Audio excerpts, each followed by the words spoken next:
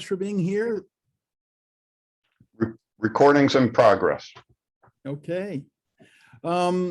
As I said before, this is a reminiscence of my exhibit for Buffalo Soldiers called Buffalo Soldiers West, which was done in 1995 for the Colorado Historical Society. I was pleased that it was supposed to be up for a year. It was up for more like 2 years. And after it came down, it actually was moved to the Nebraska State Historical Society, where they changed the panels and had it up for another year and a half. I guess I should let you fellows know that, and lady, that, let me see if I can find what I'm looking for here real quick. Yep, there it is. I was actually involved with the history of African-American soldiers in the West before I got involved with the Civil War. I had been involved with an organization called the General Miles Marching and Chowder Society, which was largely park rangers, a few superintendents, a lot of rank and file people, and some state park and private individuals who came together to do an annual hardcore living history event, which was focused on Indian Wars infantry. We did cavalry once in a while, but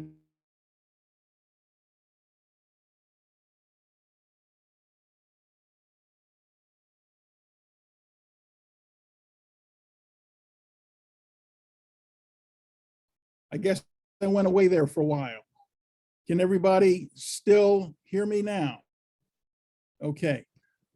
So I was saying that I had done Indian Wars with the General Miles Marching and Chowder Society before I did Civil War with the 54th. So that's where a lot of my target comes from. So again, if you have questions, put them in the chat room. Michael will let me know if there are questions that haven't been addressed. It is to be hoped that my internet connection will stay solid, and I may go from time to time only because I'm in a flyway close to the Honolulu airport. So we've got 10 sort of paragraphs today to look at, and they're all on slightly different topics. The first one is called Black Men in Blue Wool, Army Service on the Frontier. After 4 years of bloody civil war, America turned its attention once again to the West. The nation wanted to reduce its standing army, yet wanted to make westward expansion possible in the face of Indian resistance against the inevitable tide of American immigration. Additional troops would be needed in the South for reconstruction and occupation, but the Army knew that Black troops in a highly volatile South could be a bad combination. They sent white troops to the South and then came to the understanding that they needed more troops to serve in the West. Beginning in 1866, large numbers of African Americans were recruited and served as regular soldiers in the changing West. Freed by the 13th Amendment, these men served proudly on the Western frontier because they thought that their military service would make America see the sons and daughters of slaves as equal citizens under the law. While being an enlisted man was seen as a dangerous, unsuitable, and low-paying job by most native-born white Americans, African Americans and immigrants came to view the U.S. Army as a haven from poverty and as an opportunity for adventure, self-respect, advancement, and an education. Dubbed Buffalo Soldiers, perhaps by their Plains Indians opponents, Black troops took great pride in serving the republic that allowed them to fight for their future. They were often assigned difficult tasks in out-of-the-way places, but generally were given equipment as good as that given to white soldiers. These men performed their duty in garrison and in the field in segregated regiments under white officers. They attempted to place Indians on reservations, maintain a quiet border with Mexico, arrest whiskey peddlers and unauthorized settlers, and capture thieves and outlaw gangs. As the West changed, they changed with it, hunting poachers and fighting fires in America's new national parks. They did not fail to take advantage of the opportunities offered them. They earned an enviable service record with the highest level of reenlistment and the lowest rates of desertions in the entire Frontier Army. I can add to that that they also had the lowest rates of alcoholism in the entire Frontier Army. The concept of federal military service combined with the idea of frontier combat against Plains Indian people, Apaches in particular, describes the overall point of the exhibit when held up the peculiar racial barriers experienced by Black troops in the American West. African-American men caught between their desire for citizenship on one hand and the horrors of war against a people who had done nothing to them on the other. They came to build forts, roads, and telegraph lines, but they were also assigned to fight American Indians, contain medical issues, and make robbers, gangs, and unauthorized settlers abide by the law. In fact, there was even one occasion on which African-American soldiers had to deploy against Texas Rangers. Later, these men were assigned to the early national parks and, as I said, fought foreigners and arrested poachers. Because they were different, they had a frontier experience. Soldiers, because they were Black, they were called many names. The name that they could have been proudest of was Buffalo Soldier. Where did Buffalo Soldier come from? We know that as early as 1801, some Southern Plains tribes, probably the Kiowa, called the Black cavalry soldiers Buffalo Soldiers. Some writers have suggested the name was given as a mark of respect due to the important status of the buffalo. Others have suggested the name reflects the bravery the bison shows when cornered. Yet others have suggested that the Black soldiers got their name from the buffalo fur overcoat issued to all soldiers in frigid climates beginning the 1880s. None of these concepts, nor others that are even more far-fetched, are supported by the facts as we think we understand them. The only real evidence of the origin of the name we have is from the pen of an Army wife. In 1871, Frances M. Rowe wrote a letter from Fort Supply in today Oklahoma, giving us our only documented how the name came to be. She wrote, quote, "The officers say that the Negroes make good soldiers and fight like fiends. They call them Buffalo Soldiers because their woolly heads are so much like the matted cushion that is between the horns of the buffalo." Over time, this seems to have become used for all of the Black regiments, cavalry and infantry, on the frontier between the creation of these regiments in 1866 and the last combat in 1891. Elizabeth Custer, wife of Colonel George Armstrong Custer, said of the Buffalo Soldiers, "They were determined that no soldiering should be carried out in which their valor was not." In truth, we are not sure that they even used this nickname even for themselves. I'm going to here as a plane goes over. The next bit is about Black regulars in the Frontier Army. At the end of the Civil War, the United States Army numbered over 1 million men. Within a year, the Army was reduced to a mere 30,000. The aftermath of war required a new kind of professional soldier to carry out the congressional mandate for political change in the South and to forcibly place American Indians on reservations in the West. To deal with the need for soldiers, a bill was passed in Congress in 1866 that would expand the U.S. Army to 57,000 men and create a number of new regiments to be of Black enlisted men. These new regiments would be the 9th and 10th Cavalries, but also the 38th, 39th, 40th, and 41st Infantry Regiments. A third of the entire U.S. Army was on duty in the South. As a result, there never were enough soldiers in the West, and the political machine of the Southern Democrats soon found a way to reduce the size of the Army in an attempt to lessen the hold of the federal government in the South. In 1909, the Army was reduced again, this time by 20 regiments of infantry. In that same year, the 4 Black infantry regiments mentioned before, 38th, 39th, 40th, and 41st, were consolidated into the 20th and 25th Infantry Regiments.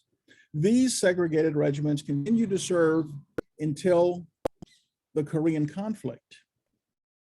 Over time, the Army shrank to a skeleton of 27,000 enlisted men. Because of illness, death, desertion, and the completion of enlistment, the actual number of men available for duty could actually dip as low as 19,000.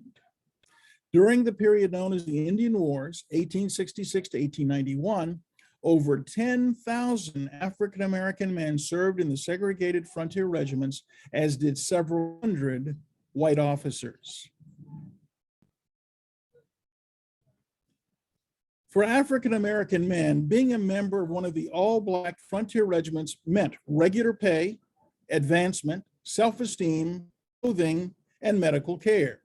It was perhaps the best job and the only career available at the time for an African-American male.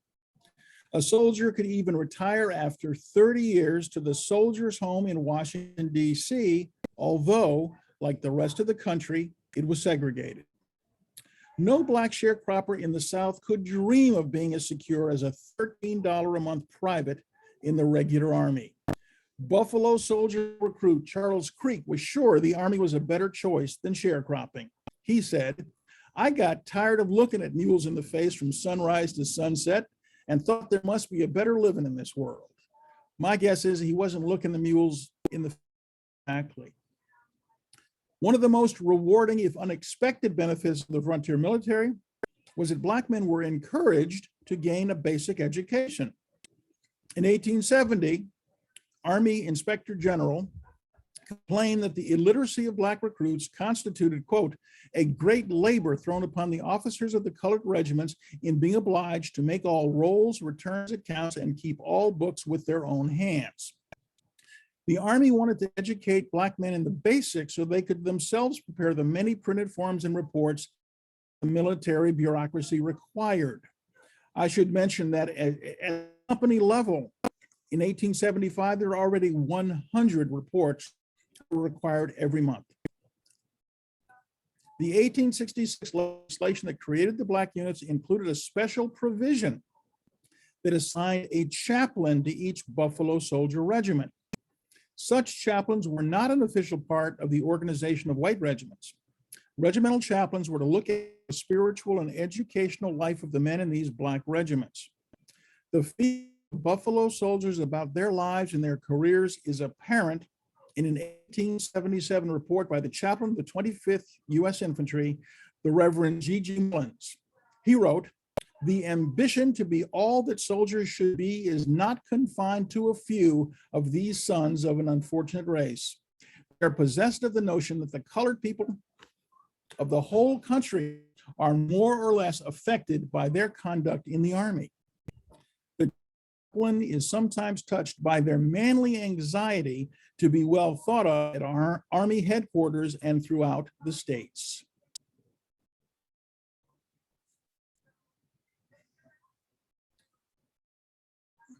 Officers and gentlemen, racism and Black officers in the Army.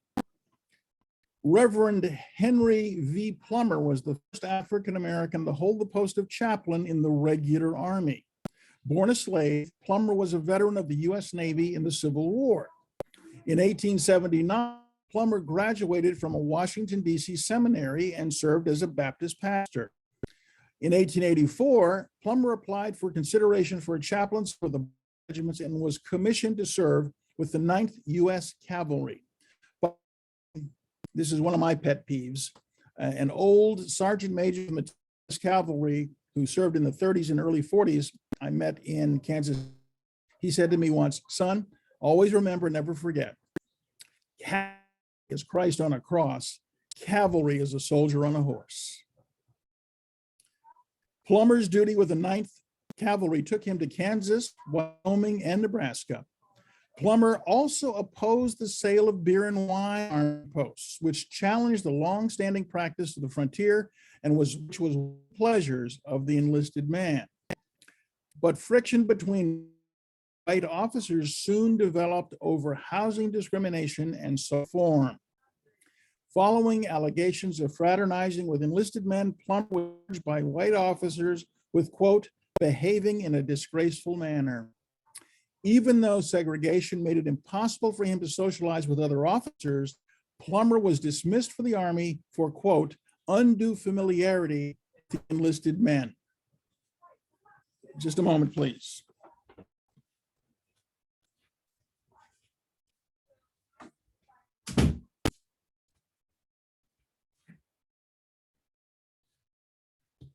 Henry Ossian Flipper was the first Black graduate of West Point, and he served with distinction at posts in Indian Territory and Texas until 1882, when he was dismissed from the Army on court-martial charges. Flipper maintained these charges were trumped up by white officers to ruin his career. Flipper continued to be a pioneer in many areas and served as a mining and civil engineer in Central and South America, a Spanish scholar, a Nogales, Arizona newspaper editor, a Treasury Department special agent, and an assistant to the International Alaskan Engineer Commission. Flipper died in 1940 after decades of unsuccessful attempts to clear his name. Men of bronze, Black non-commissioned officers. In the frontier army, a Black man might find a sense of self-respect that seemed hard to come by in the Old South. If he learned the job soldier well enough, was able to read and write, and had earned the respect of the officers of the regiment, man might be promoted from the ranks. An enlisted man could hope to be to the ranks of non-commissioned officers. These sergeants or corporals back into the Army and were selected in part because of their toughness. Woe to the private who got out of line. Sergeants would take over many of the day-to-day responsibilities of managing the platoon or occasionally their cavalry troop or infantry company. Sergeants might conduct regular roll calls, assign daily duties, make written reports to the company commander, and even rarely lead troops in a patrol in the field. A corporal might be called on to drill the men, supervise work parties, or assist men in drawing rations or ammunition. It was a proud day when a Buffalo soldier sewed on the new chevrons and trouser stripes that made him part of this special fraternity of men of bronze. Some of the best jobs in the Army for Black enlisted men were staff non-commissioned officer positions. Being named a staff NCO meant better pay, shorter hours, a more comfortable job, additional power and prestige, and often the Army's permission to finally have a family life. The job also demanded a high level of literacy.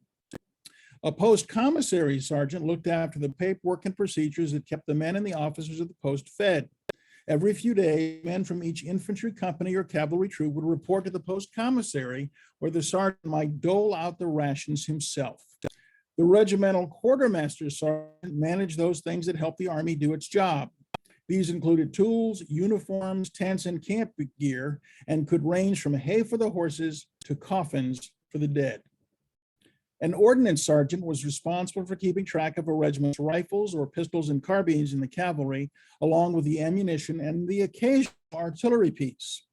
All of these men were saddled with the responsibility of reams and reams of paperwork that was often tied up literally with length of red tape.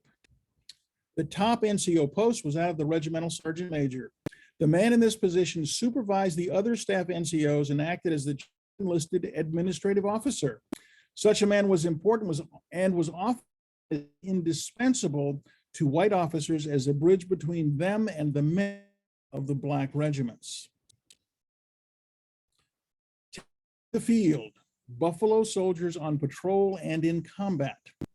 The endless drudgery of life in garrison was occasionally broken by the sheer terror of combat.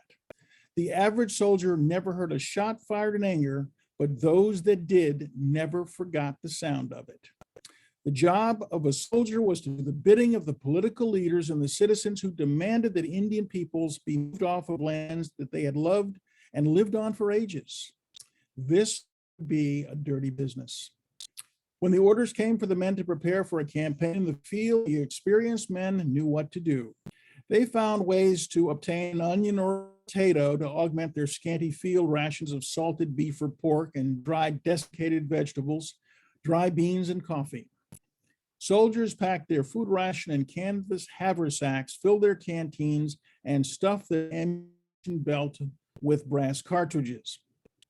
The frontier soldier had a minimum amount of gear. Traveling light meant a soldier carried a half tent, 5 feet long, a single blanket, a rubber-coated cloth poncho, gear, and very little else. The Plains tribes that they were highly skilled as both warriors and tacticians. When fighting began, Indian warriors often had a decided advantage and fought on ground of their own choosing. The Indian advantage in tactics could sometimes be overcome by the fire superiority of the Springfield rifles and carbines carried by the soldiers. That was often fierce, confusing, and often over almost as fast as it began. The grueling marching on lean rations and in difficult weather could go on forever. While the cavalry could travel in a little more than the infantry, after a few days on campaign and in the field, foot soldiers could often outdistance the mounted troops. When the infantryman got to camp, he and his bunkie could set up their dog tent while the cavalryman still had to care for his horse before he could fall exhausted into his blankets.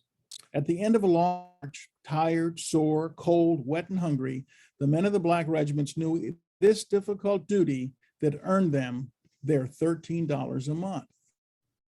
Now, I said I would tell you about Buffalo Soldiers in Colorado, and were stationed there early on and again later on. Colorado was the scene of some of the earliest actions involving the Black Frontier Regulars. Troop I of the 10th Cavalry fought against a force of 100 Cheyenne near Big Sandy Creek in September 1868. The men dismounted and fought against the much larger Cheyenne force and prevailed. Later that year, a party of white soldiers and civilian scouts under Major George A. Forsyth were surrounded and besieged by a large force of Cheyenne warriors at Beecher's Island in eastern Colorado. When word got out that the men needed help, troops H and I of the 10th Cavalry were part of the force that rode to relieve the troops at that place ever since known as Beecher Island. Making a forced march from Cheyenne Wells, Colorado, Buffalo soldiers of Captain Lewis Carpenter's Troop H drove off the party of warriors and gave vital assistance to the sick, injured, and starving survivors. Private Reuben Waller of Troop H fought in the engagement and lived many years at the age of 105. Even after 70 years, he remembered the rescue vividly. He described the great sensation the rescue caused and how the survivors greeted the black soldiers. He wrote, "There went up a cheer that made the valley ring, and strong men grasped hands and then flung their arms around each other and laughed and cried." Perhaps as telling as the emotional welcome the 10th Cavalry got was a secret party hosted in their honor by the Beecher Island Scouts near Pond Creek. The party refused to honor the unofficial policy of segregation then so popular in the United States. So at Pond Creek, there was little chance of being discovered. The scouts shared their thanks and their whiskey with the black soldiers. Reuben Waller would remember, "They sure treated us black soldiers right for what we had done for them. The scouts would have us drink, and we did not resent their courtesy." Between 1875 and 1879, black soldiers from the 9th Cavalry were stationed at Fort Garland in southwestern Colorado, a fort that still stands. This post was described by one observer as a rectangular group of adobe buildings, flat-roofed, squat, and altogether dispirited in its unmitigated ugliness, with the United States flag clinging to a central pole. Despite this uninviting air, the men of the 9th Cavalry performed their duty well, and black troopers from Fort Garland spent time away from the post engaged in such duties as removing white settlers from the Ute Reservation and providing security during disputes over treaty violations committed by white miners and settlers in Colorado. By 1879, Company D found themselves on the march again, this time to patrol out of a base camp in Middle Park. Indian Agent Nathan Meeker sent word that trouble was imminent at the White River Indian Agency, and troops from Fort Fred Steele in Wyoming were dispatched. When the message arrived at Middle Park, Captain Frank Dodge and Troop D saddled their horses and made the ride toward the agency. En route, they came on the soldiers from Fort Fred Steele. The Wyoming soldiers had run into Ute warriors who considered their presence an act of war. They had been pinned down by those Utes for 6 days and 6 nights. Joining the fray, Troop D boldly rode into the rifle pits and got in on the fighting. Captain Dodge stated that his Buffalo soldiers had asked to charge the Indian position, but were not permitted to do so. The black soldiers fought alongside the beleaguered party for several days with little water and the stench of rotting flesh from the horses killed in the fighting. Additional soldiers finally arrived on the 5th of October. Outgunned, the Utes wisely withdrew, ending the stalemate.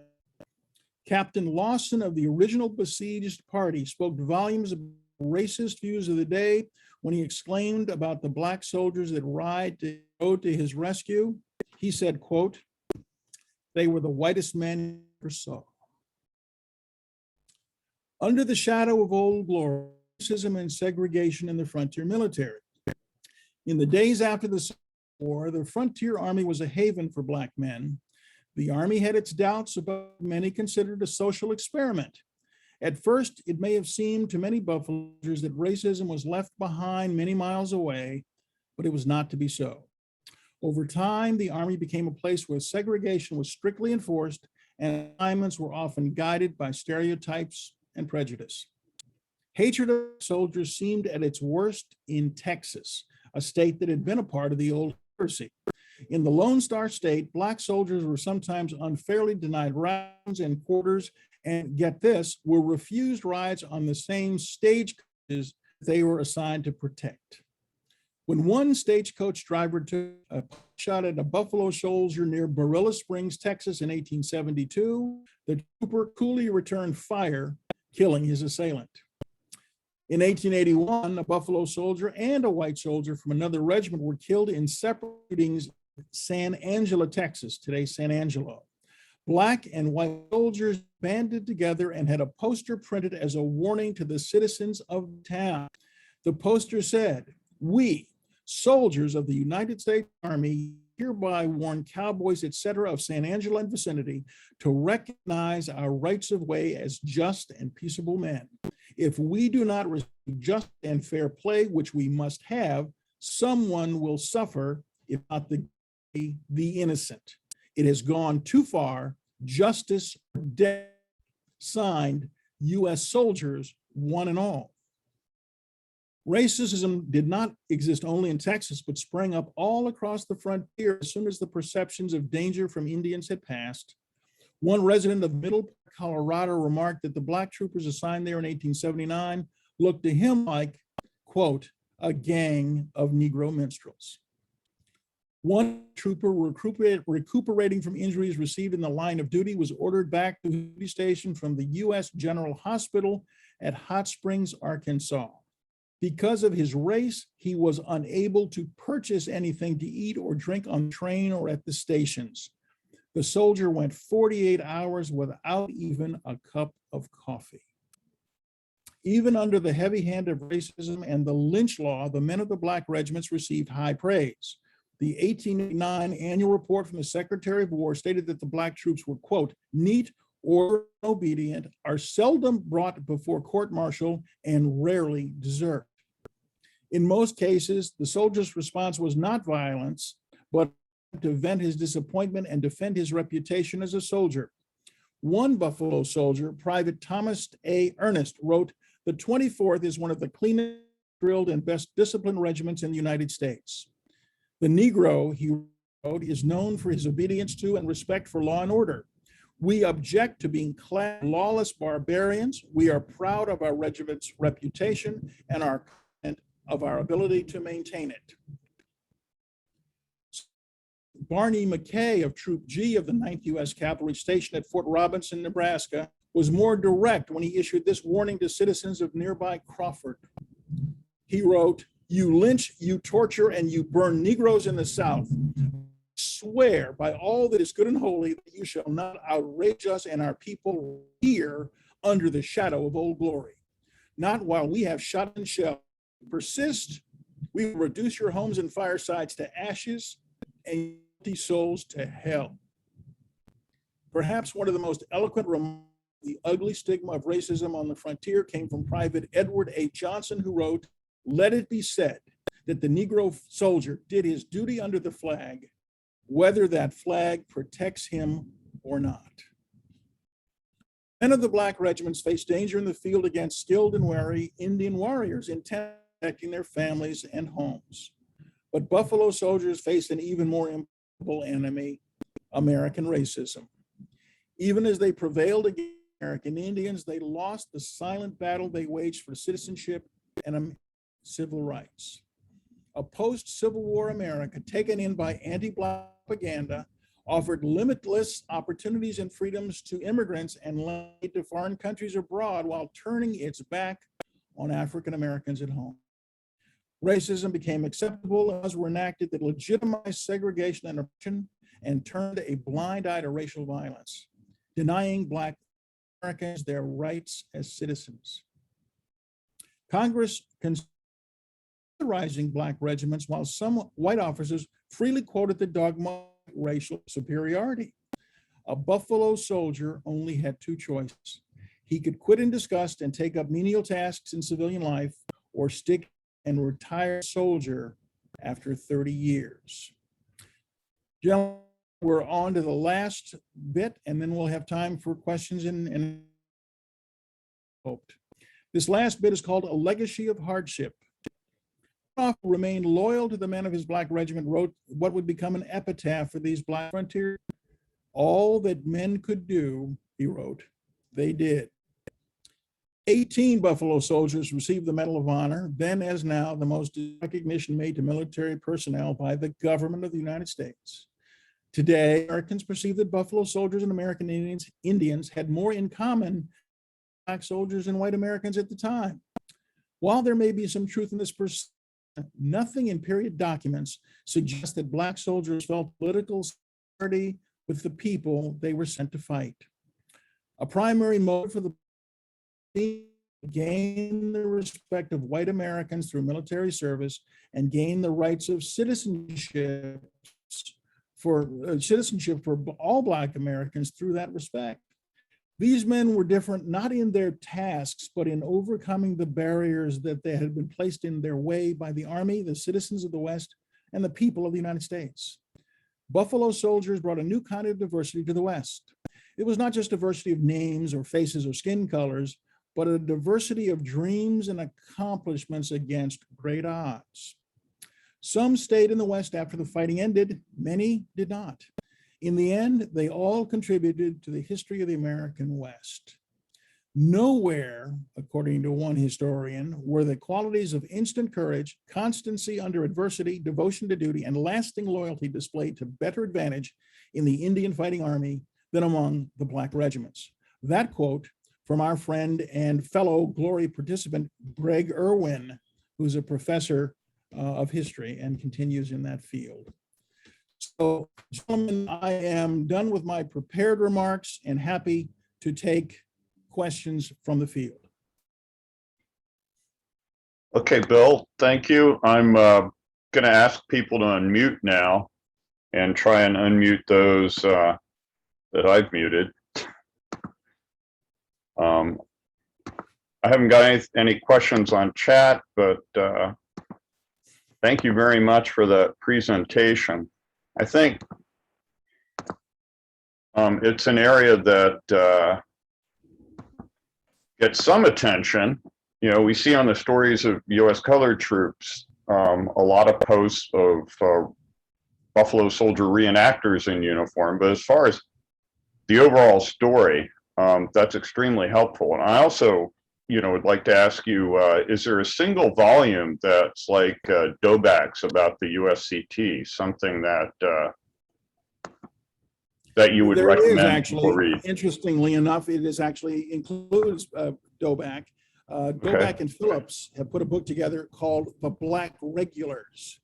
And it is a fantastic piece of work about the black troops in the Indian Wars.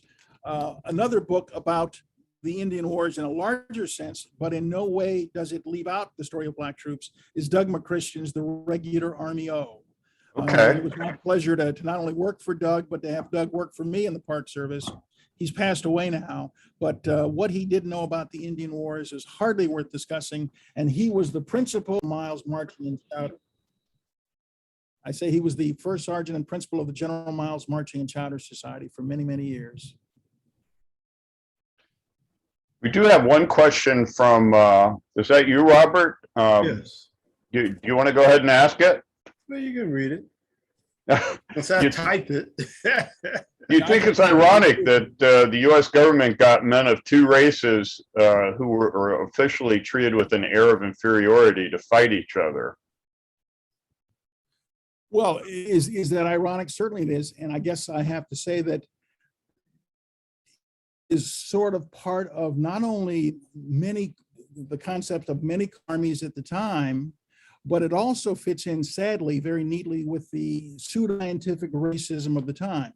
Something we talked about in our first dialogue was the fact that there were army, brass who thought, oh, black guys, well, they'll do great in hot places and swampy places because they're from a hot and swampy place. Like all of Africa is the same stinking thing.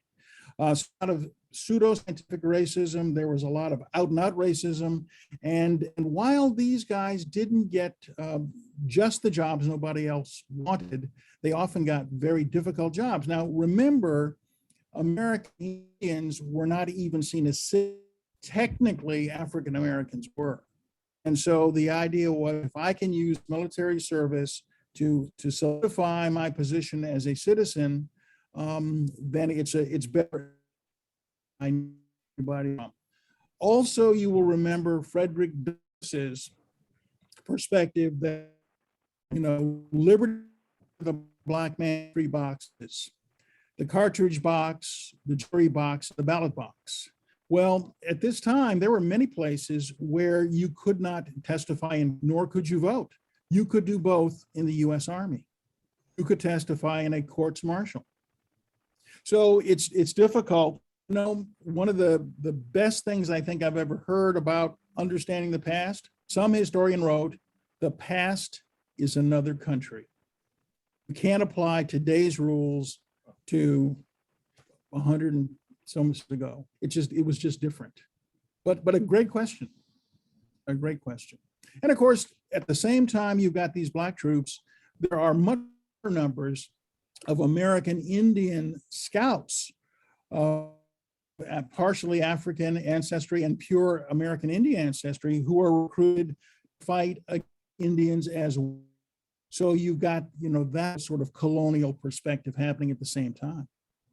But good question. May I do a follow-up question? Please. Sure. Okay. Given that this country's hostility toward Native Americans went back long before the Civil War, do you think that the harshness that was shown post-Civil War, well, during the Civil War too, but post-Civil War, had a lot to do with the fact that the 5 civilized tribes joined with the Confederacy? A truly interesting question. And while I don't have any evidence suggested, I certainly can see the methodology in your thinking, because there were especially slave-holding Indian tribes that sided with the Confederacy. There were opportunities taken during the Civil War in places like Colorado and what was then Kansas Territory to take back land and resources, which then had to be postponed until the war was over. And there were even a few regiments sent west, like the 11th Ohio Cavalry, to fight Indians during the Civil War going on back in the East. But that's a very interesting concept that really don't think I want to offer an opinion on, because it would only be an opinion. I've got no proof one way or the other, but a tremendously interesting question. I've got actually, there's an interesting book on that subject called, if you can see it, Race and Radicalism in the Union Army. And it's essentially about the war in Kansas and Oklahoma. And there was a little civil war going on among the tribes in Oklahoma. So the idea that they're all fighting for the Confederacy is a little bit off. I mean, there were Indian Home Guard regiments with the federal forces as well. And actually, if you go to that battle that the first Kansas made their great victory in, I forget, was that Honey Springs or Springs. Silent Springs. Okay. The majority of that army was either black or Native American. So, Right. you know, fighting side by side. I guess the other, I wasn't trying to imply that all the Native Americans went with the Confederacy. It was just particularly the leadership, I should say, of the 5 civilized tribes. I encountered too many neo-Confederates talking about how open and welcoming the Confederate Army was. So I overreacted, Robert. Sorry. Oh yeah, I understand. I mean, it's just like the lost causes who try to say that the Confederate Army was a fully integrated army because the enslaved people were right along with them. I do have a related question to yours, Robert, though, and I'll ask Bill. During the Mexican War, when the ranks of the United States regular army were made up primarily of immigrants, who were similarly, you know, many of them didn't quite even speak English, and similarly lowly regarded by many of their officers, you had enough deserters to the Mexicans to form an entire battalion of troops, the San Patricios. I've never heard of a battalion of Buffalo Soldiers fighting for the Indians, but were there any deserters to the other side? That's another great question. There one account of a Comanche attack on U.S. soldiers, and they claimed that there was a Buffalo Soldier trumpeter on the Comanche side. Now, he was not killed, he was not captured, so there's no proof. That's an interesting concept. The other thing is, it's sort of like when people say, you know, hey, these Democrats are, you know, kidnapping kids and eating them and stuff. Okay, so where are the missing kids? And so we can't find a missing trumpeter from any regiment. So that's a kind of a problematic scenario. But do find that very same thing happening where a person actually deserted the other side, but not until the Spanish-American War in the Philippines. And it's a fairly well documented case, but it doesn't seem to happen in the frontier. It does happen in the Spanish-American War, and it's one guy, and he's later killed and chopped up pretty badly because, you know, he did the unthinkable.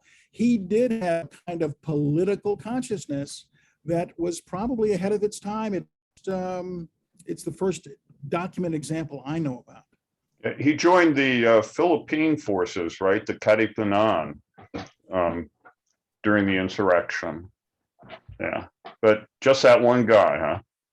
That's all I've got information on. So okay. far. Yeah. Thank I you. mean, you know, as soon as you say the first and the only, you're wrong right away. No, I understand. Well, I have a question on that same topic.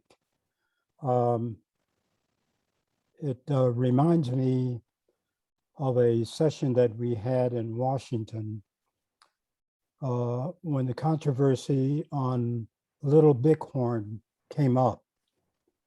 And at the time, Senator Abarisk, whose wife, I believe, was Native American, decided it would be a good idea to bring together all of the historians, Native American historians, Park Service historians, U.S. Army historians, each one talking about this one event from their perspective. And I'll have to tell you that of all the conferences that I've ever been to, that was the most informative. You had history being presented from the perspective of those who were involved. And I think that that's what we need more of. Right now, we're just talking amongst ourselves. I think that we are at a time where we need to get all of the voices talking about this. Well, Vince makes a great point in that I have been in rooms where we have had people from the Ute people or the Cheyenne people. And, you know, we come at this from a recollection of proud service and pushing back against racism and segregation. But, you know, to Indian people, another guy in a blue suit, making them do what they didn't want to do. I think we're in a different period now. I think that the opportunity is there. In 2026, we have the semi-quincentennial coming up. And I will say that we have been able to make the greatest change in the interpretation of US history when we can come together around those symbolic periods, like the centennials, where we had thematically past, present, and future. I think we need to be there. And I would propose that, Bill, that you might take some leadership here and, you know, tackling that issue. Good stuff. Well, Vince, I'm going to sort of tear off of that. Not that that's a bad point at all, but I would mention to this group, because of the way this group operates, that one of the things that we see sometimes, as Michael mentioned on the story, the US color troops, there's a lot of really sort of bad and awkward information. For instance, you know, Buffalo Soldier reenactors wearing cowboy hats. Well, until John Wayne came along, nobody knew what a cowboy hat was supposed to look like. The uniform hat looked more like a Humphrey Bogart fedora than it did a cowboy hat. Yellow neckerchiefs, yellow suspenders were all done by the John Ford, John Wayne movies to create contrast in what would otherwise be blue on black. That stuff is all Hollywood. And there's so much of that that is still, you know, repeated and repeated and repeated. And people think that they're showing honor and you know, fealty to the guys who served by representing themselves in ways that never happened in real life. So there's a lot of internal and external problems with history. And it really does deserve, you know, a careful examination, which many people just don't want to take the time to do. And of course, the idea that African Americans might have been arrayed militarily against American Indians hurts the feelings of some African Americans. They're just not ready to accept that as a political and military reality. You know, that might be true, but it was true back in 1970, and we made some gains. All I'm suggesting is that we're at a different point in our history. We can create a new paradigm going forward, and that we should make the attempt, particularly in light of the fact that we have this symbolic commemoration coming up with the semi-quincentennial. And unless it's done, we will be pushing the same old tired. Vince, if you can hear me, you history. just went quiet. I don't know what happened. It's just probably the internet. Okay. Well, it's just a thought. No, it's a good thought. And of course, you've been in the world of big thinking for a long time. So good on you. Good on you. Anybody else have any sort of tactical, practical kinds of queries? Yes, please. I have a question. Yeah, you're in Hawaii. I don't know how long you've been there, but I was there in 2003, and there was one of the last remaining Buffalo Soldiers, and I met him. And I don't know if you know Daphne Rutan, because she's in Hawaii. I figure everybody knows everybody in Hawaii. No, I don't actually. Sorry. But I wondered if you got to interview him or not. Because no, I've only been here, 8 or 9 months. Okay. One of the things that is for me a little awkward is the definition itself, the oldest surviving buffalo soldier is sort of an interesting problem. The only game I know of where you have to die to win. But the issue is, are we talking about people who served in the frontier regiments or in any segregated regiment, which actually existed up through and including the Korean? So yeah, now I have got to meet some retired fellows who, this one guy, Bill Harrington, who was in the 1930s, regimental sergeant major of the 10th Cavalry, and what a guy. And this is when they were still horse soldiers. So that's another sort of, is that an artificial cutoff point, when they had horses or when they went to trucks or when? I don't know. I remember he had a chest full of medals that were in an inverted triangle. And he was 100 and something at that point when I met him. So I can find out more details if you. I just wanted to interview him. That's all. Oh, that's pretty cool. Was And he in the first? I'm sorry. First World War? Do you remember? Was he in the First World War? In the First World War? I don't know. He didn't talk about that. It was all about being a Buffalo soldier. And they said he never came out, but he came out because of what I was doing. And we got to talk, and he was pretty astounding. And he had a walker. When I said he's 100, he was over 100. So, well, the gentleman I met got the Medal of Freedom from President Clinton, so that tells you how long ago this was.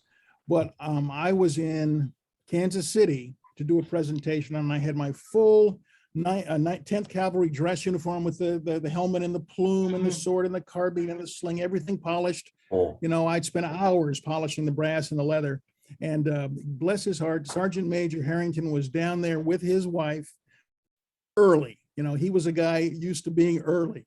And he's looking at his watch because the fellows are upstairs, they're drinking and smoking and having a great time, the rest of these vets. And he keeps looking at his watch. And he finally blurts out, "God damn those blankety blanks." I'm not going to use the word. "God dang those blankety blanks. If they don't get their butts down here, I'm going to put them all on stable police." That's still the way he thought all those years later. He was going to put them on special duty as punishment for not showing up on time for the dog. But what a lovely man. And that's when he said to me, you know, "Now, son, always remember, never forget, cavalry is a soldier, cavalry is Christ on a cross, and cavalry is a soldier on a horse." So I use that regularly because a lot of people make that Yes, mistake. they do. thank you. Thank you. This was Thank great. you. Thank you. Yeah. And if there's somebody I need to know in Hawaii, by all means, you see my email there. I absolutely will. Yeah, she's in Honolulu, and very active. Yeah, I'm near Honolulu. I'm near Pearl Harbor. Okay. Yeah. Well, she's And of course, around. there were Black troops here at Schofield Barracks. Mhm. And Schofield Barracks is itself named for a white officer in a Black regiment who served on the frontier. Mhm. He sort of re-engineered the Model 3 Smith & Wesson cavalry pistol. And not only, you know, was he successful in that, but sadly, you know, suffering some mental illness, he later shot himself with his own pistol. Wow. Cool. Any other questions? So I had one more, Bill. Sure. What is your cutoff? I remembered when I first went into architecture, my boss was the first licensed Black architect in Ohio, and his name is Robert P. Madison, and he has recently come out with a book. He's 90 some odd years old now, and he was a member of the Buffalo Soldiers, and he's, as far as I know, he's still in Cleveland. Wow. And I will send you a copy of his book, and you can take a look at it. And but Right. I plan to go back to Cleveland, and I was trying to reach him so that he could see this program. Understand. Well, it's going to be And, recorded, so that's a nice thing. Right. But I Well, just wanted you to Vince, know that. when you were at Howard, did you or connection with Howard? Did you know Harry Robinson? No, I know over Harry. But Yeah, well, I Harry, didn't- of course, worked with me over in France, but Oh, yeah, I'm right. continue to keep up with him every day on Facebook. Well, Bob. But was he in- was the dean of the Howard University Architecture School. And I'll exact- tell you another quick story that Vince, you'll particularly enjoy. A person who was never an architect seems to get credit for helping the Howard University Architecture School to survive was my granddad, William Buckner. I know. You know that story. Oh, yeah. Well, let me tell you, while we're talking that kind of stuff, let me tell the group a quick story. I had two ancestors who were in the Black regiments on the frontier. One was a guy named John R. Anderson, and he joined the Army from Bedford, Virginia, and he ended up going off to Fort Apache in Arizona. He had never before, been around firearms. He got pretty good at that. And he went and he served 4 different terms in 4 different regiments. He was actually cavalry, and then infantry. But he only did 20. He got out so he could get married. And he moved to Washington, D.C., where he lived at the house that I later owned at 629 Acker Street in North Washington. Okay.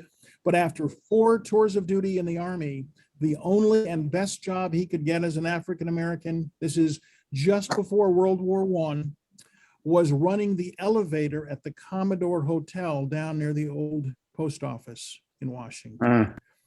He later died in Washington and that sort of thing. The last military job he had was at the War College, young officers how to ride horseback.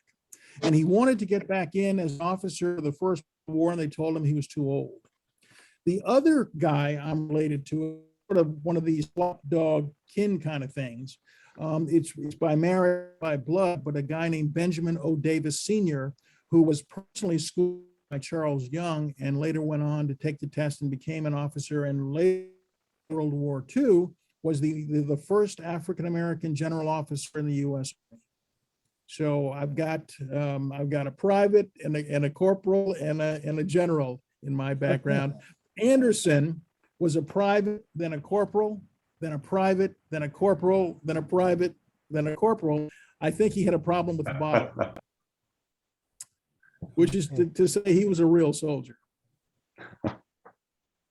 Well, that is something. So, okay, last thing, I guess I will let you know that the Park Service gave me a wonderful opportunity to do the 54th when I was with the Douglas Home, but I also got a chance to do this kind of work in uniform every day for 4 years at Fort Davis in Texas. And later I got to go and also be the superintendent up at Fort Laramie in Wyoming. Now, Buffalo soldiers were heavily involved at Fort Davis, only tangentially involved at Fort They actually came there from what's now Fort D.A. Russell to close the place in 1991 when the whole operation was being shifted over to Fort Robinson in Nebraska. Okay, So I have a quick question. Charles Young, do you know anything about the Young family? Things about the family have only recently started to be shared. And I was in regular touch and still am with Steve Fann, who was assigned there. He's now been to Camp Nelson in Kentucky, but a young park ranger who's very interested in the Young story. And the fellow who's there now is, I want to say his name is Rob Stewart, the park ranger in charge at the Charles Young home in Wilberforce, Ohio. Okay. So I'll send you Robert Stewart's email, Vince, because he's a really good guy and really seems to care, which is a great trait to have. Okay. He's not just sort of, padding his nest. Mm-hmm. So I'll send you that when I'm done here. Great. Well, given that, let me thank everybody for coming today. Michael, thank you for making this happen. Karen, nice to meet you, if only electronically. It's great to meet you too, and thank you. This was wonderful. Thank you. And like I say, anybody who wants to send me an email, I'll be happy to send the whole paper and you'll have the thing to look at your leisure. Great. Thank you very much, Bill. Thanks. It's been a Appreciate it. pleasure. Really It's been a do. pleasure. So one Thank you. last, and that is that at some point in the future, and I know some of you have been following this, I will be doing a bit on the 54th, and it's sort of coming into being and our activities during the making of the movie Glory for the Civil War Roundtable of Central Louisiana. But because they use Facebook Live, I'm not immediately prepared to do that. I am now. So it'll be postponed a month or two, but it will happen. And I will also communicate through the 54th, website that is going to be happening at some point in the not Good. too distant future. Good. So again, everybody, thank you so much. Wonderful. And we'll see you next Great. time. Thanks again, Bill. Brooks, thanks for Yes. coming in. Really Vincent, lovely nice to to see you. listen.